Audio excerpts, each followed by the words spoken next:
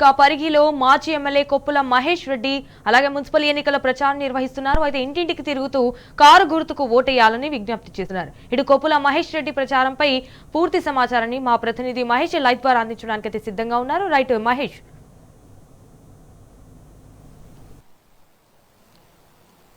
సంజన, పరిగి మున్సిపాలిటీలో మాజీ ఎమ్మెల్యే కుప్పల మహేష్ రెడ్డి ప్రచారాన్ని ఉధృతం చేశారు. ఇంటింటికి తిరుగుతూ గత బీఆర్ఎస్ ప్రభుత్వ హయాంలో చేసిన అభివృద్ధి సంక్షేమ పథకాలను వివరిస్తూ ఓట్లాడుతున్న పరిస్థితి నెలకొంది. 2 ఏళ్ల కాంగ్రెస్ పాలనలో అటు అభివృద్ధి ఎలాంటి జరగలేదు, గత 10 ఏళ్ల కాలంలో జరిగిన అభివృద్ధి మాత్రమే మనకు కనిపిస్తూ కూడా ఇంటింటికి వెళ్లి ఓటర్లకు చెప్తున్న పరిస్థితి కనిపిస్తోంది. ప్రస్తుతం మనతో పాటు మాజీ ఎమ్మెల్యే మహేష్ రెడ్డి ఉన్నారు. వారిని అడదాం. అన్న చెప్పండి, ఈ రోజు ప్రధానంగా మున్సిపాలిటీలో ప్రచారం చేస్తా ఉన్నారు. ఇక తుది అంకానికి చేరిన పరిస్థితి కనిపిస్తా ఉంది. ఎట్లాంటి రెస్పాన్స్ వస్తుంది ప్రజల నుంచి? గడిచినటువంటి 2 సంవత్సరాలు కాంగ్రెస్ పార్టీ అధికారంలోకి వచ్చింది. కానీ వాళ్ళు అధికారంలో రాకముందు ఏం చెప్పిండ్రు? ఇలా సంక్షేమాలు 6 గ్యారంటీల పేరు మీద 420 దొంగ హామీలు ఇచ్చిండ్రు. హామీలు ఒక్కటి కూడా నెరవేర్చలే. మేజర్ గ్రామ పంచాయతీగా ఉండే. మరి కొత్తగా మున్సిపాలిటీ ఏర్పడిన సందర్భంలో గౌరవ కేటీఆర్ గారు మున్సిపల్ శాఖ మంత్రులు మొదటి విడతగా 15 కోట్ల రూపాయలు ఇచ్చిండ్రు. ఆ 15 కోట్ల రూపాయలతోటి ఇలా కోర్టు నుంచి ఎంఆర్ఓ ఆఫీస్ వరకు డబుల్ రోడ్ విత్ డివైడర్ కట్టినాము. అదేవిధంగా పోలీస్ స్టేషన్ నుంచి పోస్ట్ ఆఫీస్ వరకు, మళ్ళీ పోస్ట్ ఆఫీస్ నుంచి విద్యారణ్యపురి వరకు 3 రోడ్లు కూడా వెడల్పు చేసి మొత్తం బీటీ రోడ్ కానీ సీసీ రోడ్లు అన్ని కూడా వెడల్పు చేసినాము. దాంతోపాటు పల్లె ప్రగతి పట్టణ ప్రగతి అని కేసీఆర్ గారు ప్రత్యేకంగా గ్రామ పంచాయతీతో పాటు మున్సిపాలిటీలు కూడా నిధులు ఇచ్చిన అక్కడ ఉన్నటువంటి జనాభా ప్రాతిపదిక. ఆ నిధులతోటి పోయిన 5 సంవత్సరాల్లో కూడా అనేక కార్యక్రమాలు తీసుకున్నాం పరిగిలో.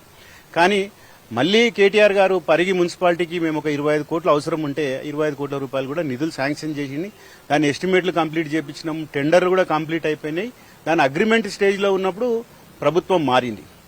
కానీ ఇప్పటివరకు 2 ఏళ్ల కాలం అవుతుంది. ఆ 25 కోట్లు ఇస్తలేరు. దాన్ని ఇప్పటివరకు టెండర్లు మార్చి ఎస్టిమేట్లు మార్చి 3 సార్లు అయిపోయింది. ఇప్పుడు పని కూడా చేస్తలేరు.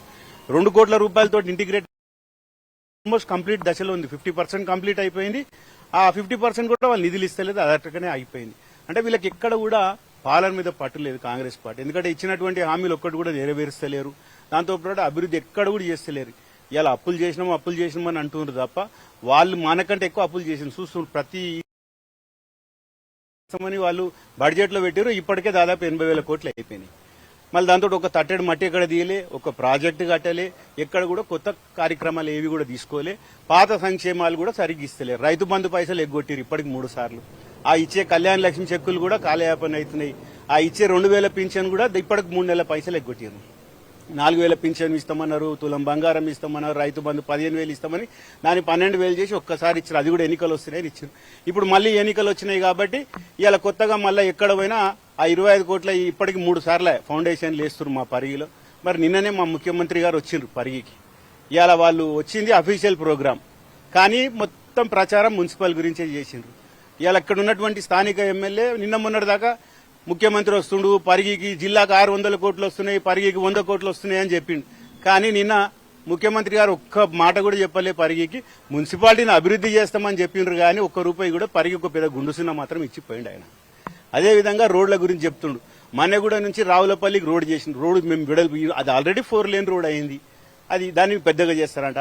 అప్పా జంక్షన్ నుంచి మన్నెగూడ వరకు మేమే చేసినామంటారు. గతంలో బీఆర్ఎస్ ప్రభుత్వం ఉన్నప్పుడు అది శాంక్షన్ అయింది, టెండర్ అయింది.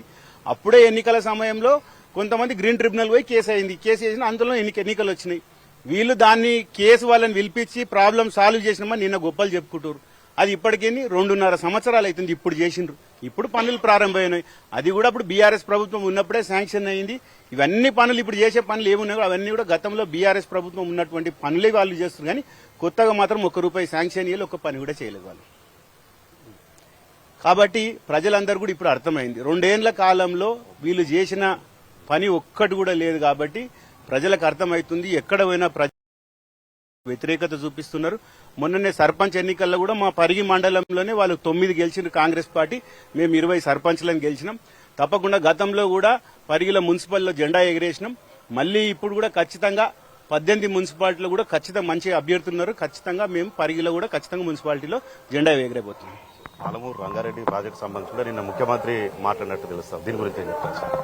ఇవాళ నేను కొత్తగా చెప్తుండు గోదావరి జలాలు తెస్తా అంటుండ్రు. ఉన్నటువంటి పాలమూరు రంగారెడ్డి 5 కిలోమీటర్ దూరం అయితే 5 కిలోమీటర్ ఉద్దండాపూర్కి వెళ్ళి ఒక 5 కిలోమీటర్ ముందు మా కాన్స్టిట్యున్సీ బార్డర్ స్టార్ట్ అవుతుంది. మరికల్ అవతల సాకల్పల్లి. అక్కడి నుంచి గతంలో ఎన్నికల ముందు గౌరవ కేసీఆర్ గారు లచ్చిందేపల్లి తోటికి వస్తే కూడా మొత్తం నీళ్లు వస్తాయి. కానీ ఉద్దండాపూర్కి వెళ్లి మెయిన్ లైన్ తీసుకుంటే మొట్టమొదట నీళ్లు వచ్చేది పరిగి నియోజకవర్గంకే.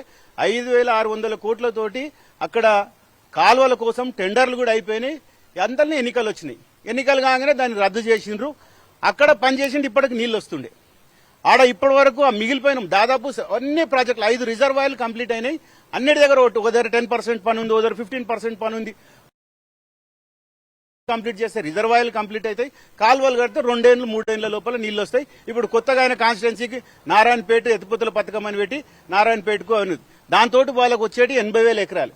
80,000 ఎకరాలకే నీళ్లు వస్తాయి. కానీ ఇదే ఉద్దండాపూర్కి వెళ్ళి మేదనలైన పరికెళ్ళి పోతుందో దీని నుంచి 2 కాలువలు పోతున్నాయి. ఒకటి కొడంగల్ పోతుంది, ఒకటి వికారాబాద్ తాండూరు పోతుంది. ఈ ద్వారా 1,20,000 ఎకరాలకు నీళ్లు వస్తాయి కొడంగల్. అది వాళ్ళకి ఎందుకు అర్థం అవుతలేదు? ఆయన ఒక నియోజకవర్గానికే చేసుకుంటుండు, మరి ఆయన రాష్ట్రానికి ఇవాళ కూడా ముఖ్యమంత్రి హోదాలో లేరు వాళ్ళు. మరి మొన్ననే హార్వర్డ్ పోయిండు, మరి ఏం నేర్చుకొని వచ్చిండో ఇంకా తిట్లు ఎక్కువ తిడుతూనే ఉండు. నిన్న కూడా ఇక్కడ మీటింగ్ పెట్టని కేసీఆర్ గారిని, కేటీఆర్ గారిని, హరీష్ రావుని తిట్టండి. ఆయనకు పొద్దే గడవదు. కాబట్టి ఇప్పటికైనా ప్రజలు అర్థం చేసుకోవాలి. ఖచ్చితంగా రాష్ట్ర వ్యాప్తంగా కూడా బీఆర్ఎస్ కు మంచి ఊపు ఉన్నది. ఈ ప్రాజెక్టు కూడా వాళ్ళు కాలయాపన చేస్తుండ్రు. ఉన్న ప్రాజెక్టును కంప్లీట్ చేస్తే అయిపోతుంది. దాని వల్ల గోదావరి జల గతంలో ప్రాణాయిత చెవెల గురించి మాట్లాడుతున్నారు. మరి 2004 నుంచి 2014 వల్ల కాంగ్రెస్ పార్టీ అధికారంలో ఉంది. రాజశేఖర రెడ్డి గారు 2004లో ప్రాణాయిత చెవెల గురించి చెప్పిండ్రు. మరి ఎందుకు కంప్లీట్ చేయలే? 10 ఏళ్లలో ఏం పని చేసిండ్రు? ఒక్క తట్టెడు మట్టి కూడా ఎత్తలే. దాన్ని కంప్లీట్ చేయకుండా గోదావరి జిల్లాలు అంటున్నారు. ఇది మొత్తంగా చూసినట్టయితే గత బీఆర్ఎస్ ప్రభుత్వ హయాంలో జరిగిన అభివృద్ధి తప్పించి ఇటు 2 ఏళ్ల కాలంలో ఎలాంటి అభివృద్ధి జరగలేదని కూడా మాజీ ఎమ్మెల్యే మహేష్ రెడ్డి చెప్తున్న పరిస్థితి కనిపిస్తా ఉంది. Photo studio.